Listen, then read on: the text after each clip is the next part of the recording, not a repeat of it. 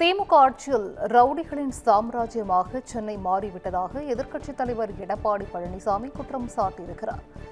சென்னை பாரிமுனையில் ரவுடிகள் கும்பல் கத்திகளுடன் மோதிக்கொண்ட சம்பவத்தை கண்டித்து எக்ஸ் தளத்தில் பதிவிட்ட அவர், இந்த நொடி இந்த இடம் என எங்கும் எப்போதும் மக்களுக்கு பாதுகாப்பு இல்லை என்பதை இந்த சம்பவம் வெட்ட வெளிச்சமாக்குவதாக தெரிவித்தார்.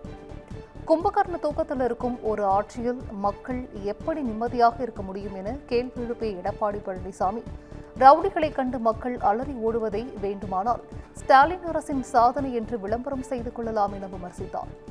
தலைநகர் சென்னையில் தலைவிரித்தாளும் ரவுடிகளின் அட்டகாசத்தை ஒடுக்க வேண்டும் என்றும் அவர் வலியுறுத்தினார். தமிழக நெல் விவசாயிகளுக்கு கொடுத்த வாக்குறுதிகள் ஒன்றையும் நிறைவேற்றாமல் முதலமைச்சர் ஸ்டாலின் கடிதம் எழுதி ஏமாற்று வேலை நடத்தி கொண்டிருப்பதாக தமிழக பாஜக முன்னாள் தலைவர் அண்ணாமலை விமர்சித்துள்ளார். இதுகுறித்து எக்ஸ் தளத்தில் பதிவிட்ட அவர், விவசாயிகள் இன்றும் சாலையில் நெல்லை உலர வைக்கும் அவலம் தொடர்வதாகவும், சேமிப்பு கிடங்குகளுக்காக ஒதுக்கப்பட்ட 309 கோடி ரூபாய் நிதி எங்கே சென்றது என்றும் கேள்வி எழுப்பியிருக்கிறார்.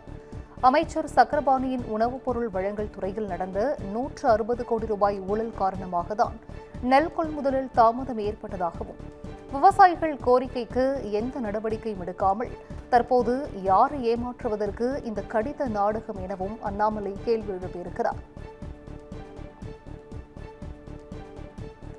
பிரதமரின் கோவை வருகை குறித்து நிருபர்கள் எழுப்பிய கேள்விக்கு சஸ்பென்ஸ் என பதிலளித்து சென்றார் முன்னாள் அமைச்சர் செங்கோட்டையன்.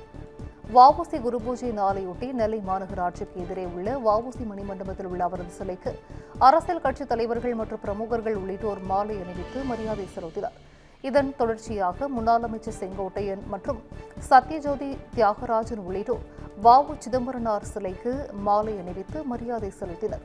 தொடர்ந்து நாளை பிரதமர் கோவை வரவிருக்கும் நிலையில் அவரை சந்திப்பீர்களா என நிருபர்கள் அவரிடம் கேள்வி எழுப்பினர். அதற்கு அவர் சஸ்பென்ஸ் என பதிலளித்து சென்றார்.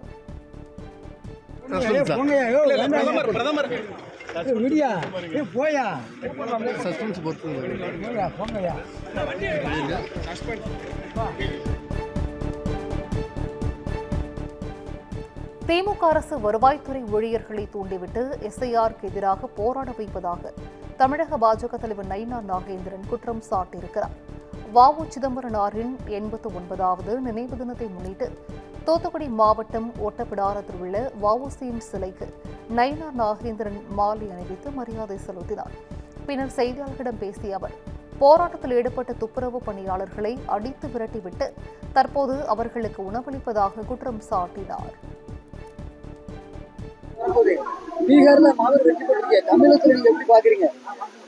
தமிழகத்தில் நான் ஏற்கனவே நிறைய பேட்டி கொடுத்திருக்கேன், நீ பார்த்திருப்பீங்க. இப்ப முதலமைச்சர் 234 தொகுதியில வெற்றி பெறுவோம், நீங்க எத்தனை தொகுதியில வெற்றி பெறுவோம்னு நீங்க நிறைய கேட்டிருக்கீங்க. இப்போ நான் சொல்றேன் 200 தொகுதிக்கு மேல நிச்சயமா வெற்றி பெறுவோம்.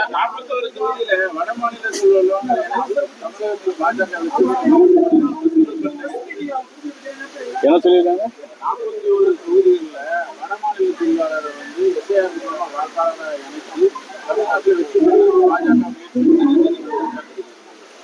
அதாவது பாரதிய ஜனதா கட்சியை பொறுத்தவரை இந்த மாதிரி வேலைகளை பார்க்கறது நாங்க இல்லை. குளத்தூர் தொகுதியில தான் 9000 ஓட்டு அதிகமாக அவங்க சேர்த்து வச்சிருக்காங்க. முதலமைச்சர் தொகுதி குளத்தூர்ல 9000 ஓட்டு அதிகமாக சேர்த்து வச்சிருக்காங்க.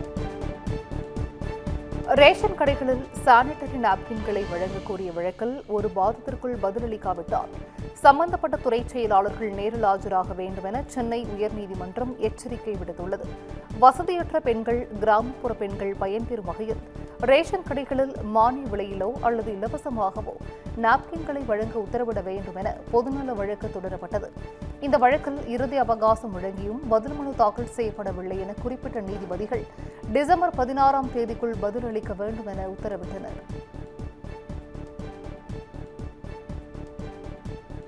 தமிழ்நாடு முழுவதும் எஸ்ஐஆர் பணிகளை வருவாய்த்துறை பணியாளர்கள் முழுமையாக புறக்கணித்ததாக தகவல் வெளியாகியிருக்கிறது.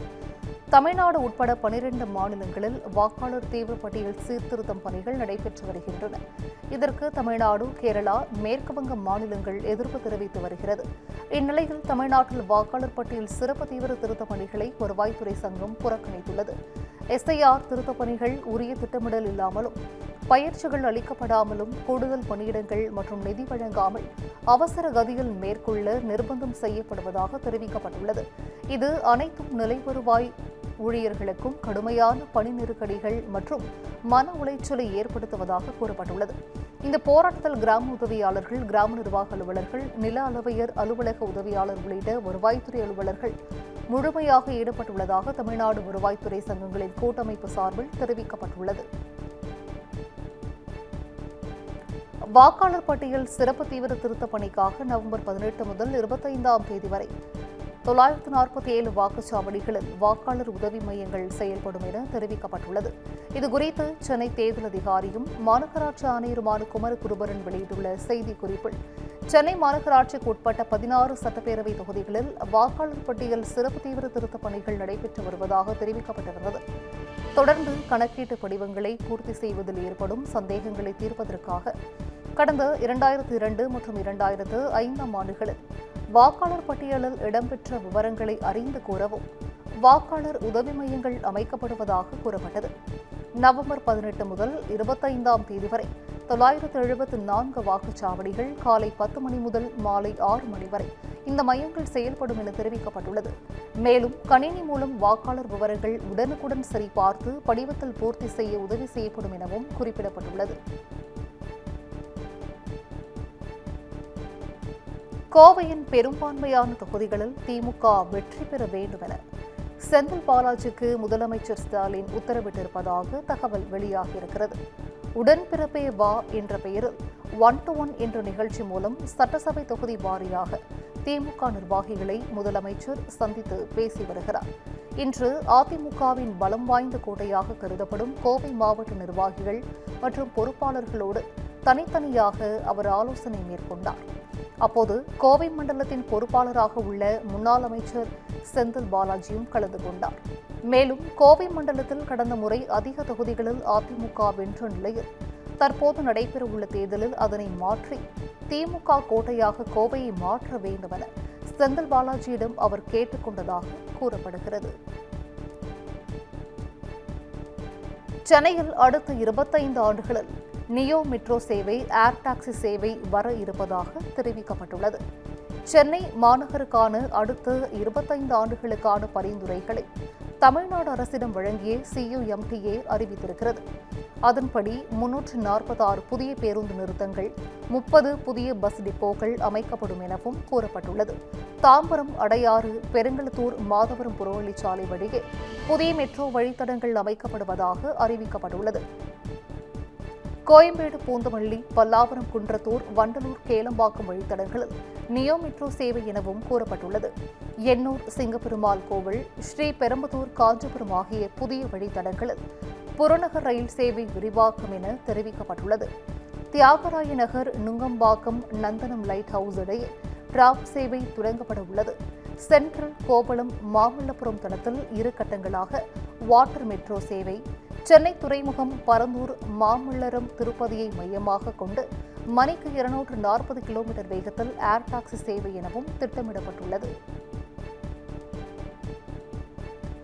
தமிழ்நாடு வரும் பிரதமர் மோடியை எதிர்க்கட்சித் தலைவர் எடப்பாடி பழனிசாமி நாளை சந்திக்க இருக்கிறார். கோவை கொடிஷியா வளாகத்தில் நாளை தென்னிந்திய இயற்கை வேளாண் கூட்டமைப்பு சார்பில் மாநாடு நடைபெறுகிறது. இதில் பங்கேற்று பிரதமர் நரேந்திர மோடி உரையாற்ற இருக்கிறார். கோவை வரும் பிரதமர் மோடியை அதிமுக பொதுச் செயலாளர் எடப்பாடி பழனிசாமி சந்திக்க இருக்கிறார். தமிழக சட்டசபை தேர்தலுக்கு இன்னும் சில மாதங்களே இருக்கும் நிலையில் நடைபெறும் இந்த சந்திப்பு மிக முக்கியத்துவம் வாய்ந்ததாக பார்க்கப்படுகிறது. விவசாயிகளுக்கு விருது வழங்குவது, வேளாண் விஞ்ஞானிகளுடன் கலந்துரையாடல் என திட்டமிடப்பட்டுள்ளது. பிரதமர் மோடி, எடப்பாடி பழனிசாமி இடையேயான சந்திப்பின் போது கூட்டணி விவகாரம் மற்றும் பல்வேறு முக்கிய விவகாரங்கள் குறித்து ஆலோசிக்கப்படலாம் என்று தெரிகிறது. சென்னை விமான நிலையத்திற்கு மீண்டும் வெடிகுண்டு மிரட்டல் விடுக்கப்பட்டதால் காவல்துறையினர் தீவிர சோதனையில் ஈடுபட்டனர். சென்னை விமான நிலைய போலீசாருக்கு வந்த தொலைபேசி அழைப்பில் பேசிய மர்ம நபர் ஒருவர் இன்னும் சற்று நேரத்தில் வெடிகுண்டு வெடிக்க இருப்பதாக கூறி அழைப்பை துண்டித்தார். தீவிர விசாரணைக்கு பின்னர் போலியாக மிரட்டல் விடுத்திருப்பதை போலீசார் உறுதி செய்தனர். மேலும் அந்த மர்ம நபரின் செல்போன் எண்ணை வைத்து விசாரிக்கும் போது அவர் தஞ்சாவூரை சேர்ந்தவர் என்பதும் மனநல பாதிப்பால் இதுபோன்று தொடர் மிரட்டல் விடுத்து வந்ததும் தெரியவந்தது.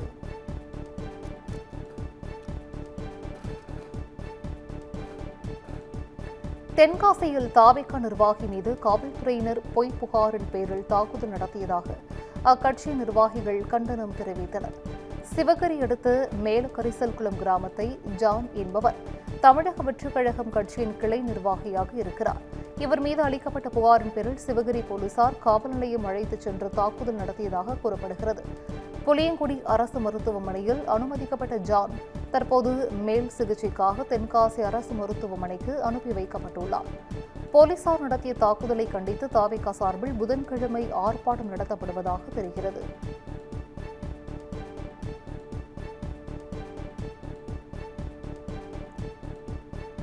இந்து சமய அறநிலையத்துறை செயல் அலுவலர்களின் நியமன உத்தரவுகளை இணையதளத்தில் பதிவேற்றம் செய்ய கோரிய வழக்கில் பதிலளிக்க அறநிலையத்துறைக்கு சென்னை உயர்நீதிமன்றம் உத்தரவிட்டுள்ளது.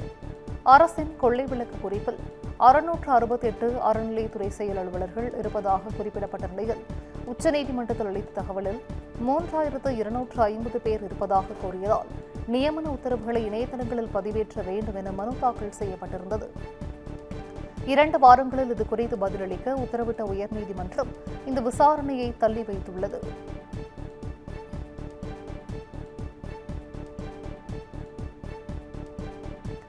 சென்னை கிழக்கு கடற்கரை சாலையில் உள்ள முன்னாள் கிரிக்கெட் வீரர் தினேஷ் கார்த்திக்கின் வீடு அருகே முகத்தில் டேப் சுற்றப்பட்ட நிலையில் இளைஞரின் சடலம் கிடந்ததால் பரபரப்பு ஏற்பட்டது.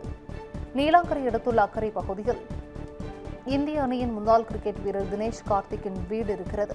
இங்கு சுற்றுச்சுவருக்கு வெளியே புதர் ஒன்று இருக்கும் இடத்தில் அழுகிய நிலையில் சடலம் கிடப்பதை பார்த்த அப்பகுதி மக்கள் போலீசாருக்கு தகவல் தெரிவித்தனர். போலீசாரின் முதற்கட்ட விசாரணையில் இறந்த நபர் வேலூர் மாவட்டம் காட்பாடி சேர்ந்த கலையரசன் என்பதும் மனைவியை பிரிந்து வாழும் இவர் சென்னையில் ஓராண்டாக வேலை தேடி வந்ததும் தெரியவந்தது. கலையரசன் விரக்தியில் தற்கொலை செய்து கொண்டாரா அல்லது கொலை செய்யப்பட்டாரா என்பது குறித்து விசாரணை நடைபெற்று வருகிறது. திருப்பத்தூர் மாவட்டம் ஜோலார்பேட்டை அருகே கஞ்சா போதையில் கத்தியை காட்டி ரகளில் ஈடுபட்ட நபர் கடுமையாக தாக்கப்பட்டார். அச்சமங்கலம் பகுதியை சேர்ந்த செல்வராஜ் என்பவரின் இல்ல விழாவிற்கு வந்த மனோஜ் என்ற இளைஞர் கஞ்சா போதையில் சாலையில் நின்று கொண்டு விழாவிற்கு வந்தவர்களிடம் கத்தியை காட்டி மிரட்டியிருக்கிறார். இதனால் ஆத்திரமடைந்த செல்வராஜ் என்பவர் தனது சகோதரர்கள் நடராஜ், சச்சின் ஆகியோருடன் சேர்ந்து மனோஜை கடுமையாக தாக்கினார். இதில் மூக்கு உடைந்து மனோஜ் சிகிச்சைக்காக திருப்பத்தூர் அரசு மருத்துவமனையில் அனுமதிக்கப்பட்ட நிலையில் இதுகுறித்து ஜோலார்பேட்டை போலீசார் வழக்கு பதிவு செய்து விசாரணை மேற்கொண்டு வருகின்றனர்.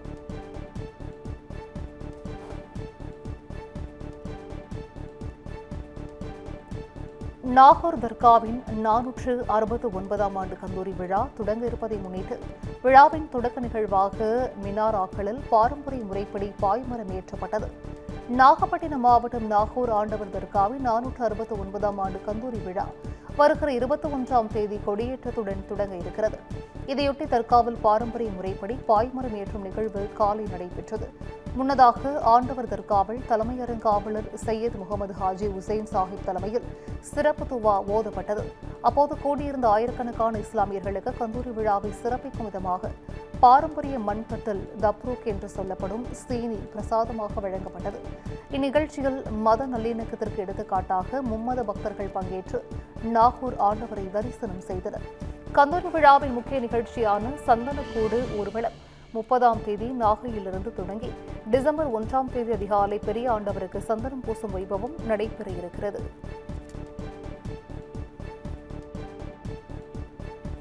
தொண்டி அருகே ரூபாய் 4.5 கோடி மதிப்பிலான ஐஸ் போதைப் பொருளை பறிமுதல் செய்து ராமநாதபுரம் சுங்கத்துறை அதிரடி நடவடிக்கை மேற்கொண்டுள்ளது.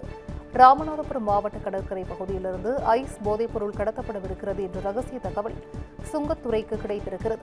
இதையடுத்து சிறப்பு புலனாய்வு அதிகாரிகள் மிமிசல் தொண்டி சாலையில் தீவிர சோதனையில் ஈடுபட்டனர். அப்போது மிமிசிலிருந்து தொண்டி நோக்கி பயணித்த ஒரு தனியார் பேருந்தில் நடத்திய சோதனையின் போது பயணிகள் இருக்கையின் கீழ் சந்தேகமாக இருந்த பையை ஆய்வு செய்த அதிகாரிகள் அதில் 1 கிலோ 500 கிராம் ஐஸ் போதைப்பொருள் மூட்டைகளை கண்டுபிடித்தனர். இதன் சந்தை மதிப்பு ரூபாய் 4.5 கோடி என மதிப்பிடப்பட்டுள்ளது. மேலும் பையை யார் கொண்டு வந்தது என அதிகாரிகள் பயணிகளிடம் கேட்டபோதும் யாரும் உரிமை கோரவில்லை. இதனால் சந்தேகத்தின் பேரில் பேருந்து ஓட்டுநர் நடத்துனரும் ராமநாதபுரம் சுங்கத்துறைக்கு விசாரணை